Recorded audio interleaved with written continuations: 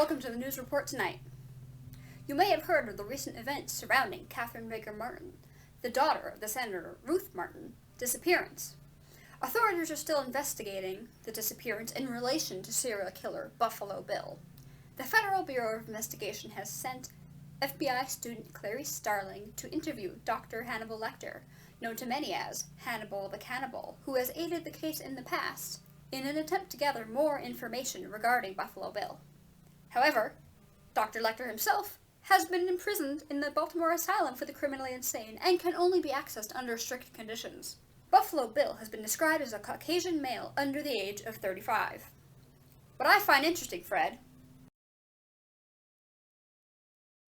is the strange circumstances surrounding the deaths in relation to Buffalo Bill.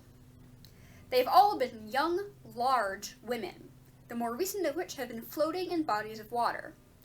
Now, bodies found in water, floaters they're called by the FBI, are particularly difficult to identify and autopsy due to the damage done by organisms such as fish, insects, and bacteria, as well as bloating due to waterlogging. A third piece of evidence has been only released to the public recently, and that is the pupae of insects have been found lodged in victims' throats. They've been identified as moths from the species Erebus odora, known colloquially as the black witch moth. Now, something I found interesting about this particular moth is that in various cultures in Jamaica, Hawaii, and Mexico, Erebus odora symbolizes death. Today we have a few very special interviews with some of the people involved in the case. The first guest is Special Agent Jack Crawford, the head investigator at the Behavioral Science Unit at the Federal Bureau of Investigation training grounds at Quantico. Mr. Crawford, welcome. How are you? Thank you, ma'am. We're all hanging in there. I'm glad of that. I'd like to start it with a general question. How is the investigation going? Well, I'm sure you've heard all about the disappearance of Catherine Baker Martin and the connection to Buffalo Bill. The head doctor at the Baltimore Institute for the Criminally Insane has released a piece of information against the recommendation of the Special Forces. That being the moth specimen found lodged in two of Buffalo Bill's victims' throats, Kimberly Emberg and a Norwegian merchant named Klaus. We're all very worried for the safety of Catherine Martin and are taking extra measures to ensure her return. Sounds like tough work, Mr. Crawford. I understand trainee Clarice Starling is involved in the investigation under your instruction.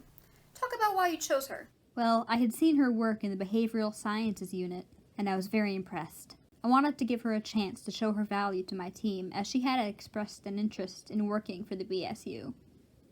I also thought she'd be very beneficial to the psychological investigation of Dr. Lecter.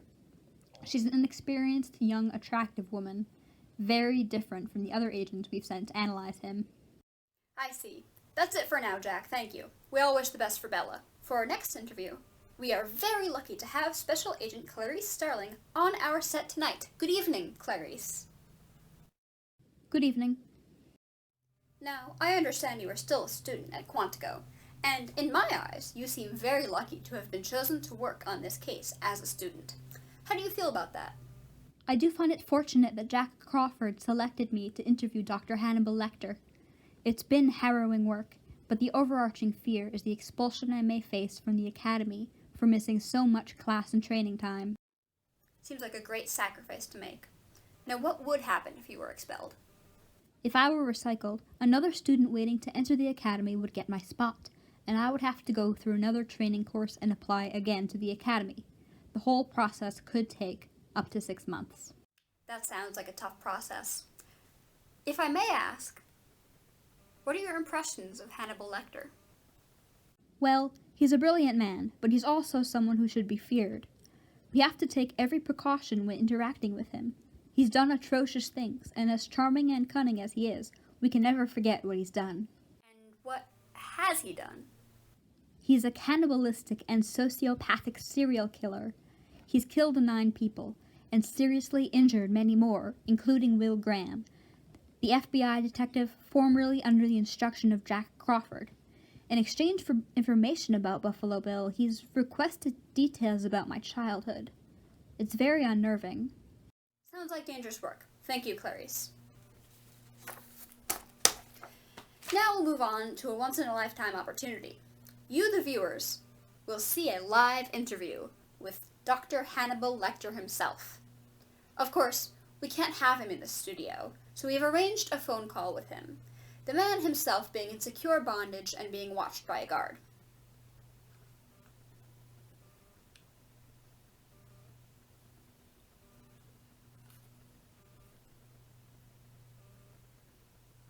Dr. Lecter, are you there?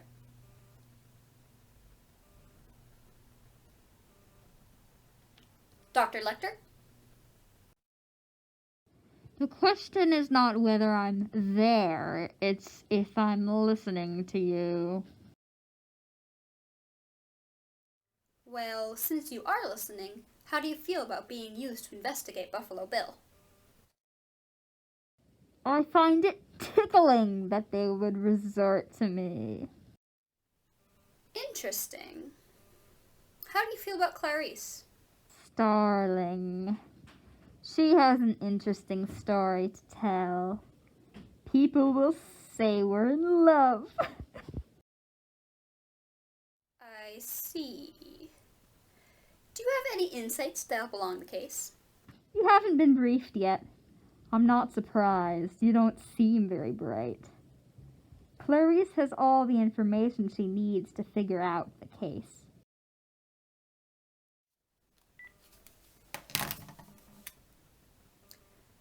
Okay. Thank you, Dr. Lecter. Thank you all for tuning in. My hour is almost up, and I hope you all have a lovely... I see. Oh. Okay. Okay. Okay, thank you. Listeners, I have just received a report that Buffalo Bill has been found and killed. Catherine Martin has been saved. And it seems the one who killed him was Clarice Starling? I've also received news that Dr. Hannibal Lecter has escaped on transit to a new asylum. How could that happen? They were just here. In any case, stay safe, America. What you are about to see never happened. My name is Redacted. and you will see me interview Buffalo Bill post-mortem. John Grant, Jack Gordon, James Gum.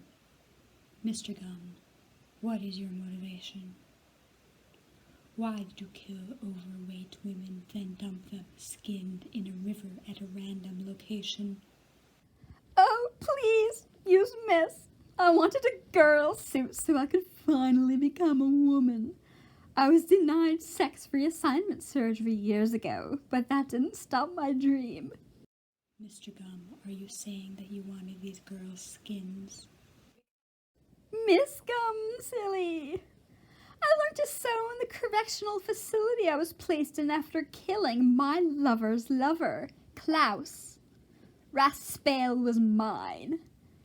Before, of course, that dreadful Lecter killed him. But yes, I skinned the best part of each one to put together my masterpiece.